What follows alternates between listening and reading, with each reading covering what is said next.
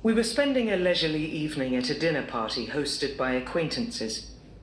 As we engaged in spirited conversation with a couple whom we had just met, both of us had the same negative reaction.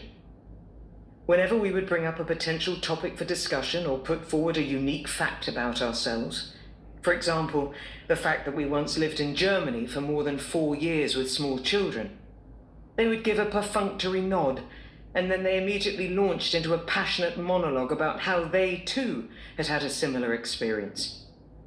Once, we took a cruise down the Rhine. It was though they could barely wait for us to finish our sentence before they jumped in with a, "I'll see your Germany, and I will raise you our Rhineland cruise." By the end of the evening, we were exhausted and grumpy. We grumbled all the way home about how we felt one-upped by the couple. They were prideful, disrespectful, and boorish, we harumphed. But God has a way of gently helping us face our own sinfulness without actually rubbing our noses in it. Not long after, we hosted our own dinner party. We were magnanimous and gregarious, holding forth on myriad subjects. We told personal stories and embellished upon the shyly proffered attempts at conversation by some of the younger guests. At one point, Lorraine caught herself cutting off a comment to rush in with her own, more interesting story.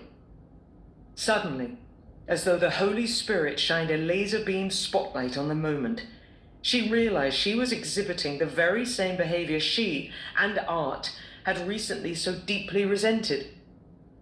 Both of us had thought we were being good hosts, moving the conversation forward and bonding through stories with our guests. Alas, we were barely listening at all. Why listen, anyway? Is it just a matter of etiquette?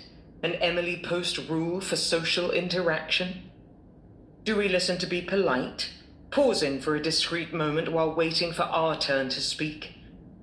Is it, perhaps, simply the first step in acquiring information or a strategic move on the part of a skilled politician or apologist? Is it an effort to learn about people and motivate them? In fact, it is much more than that. It is the most important thing.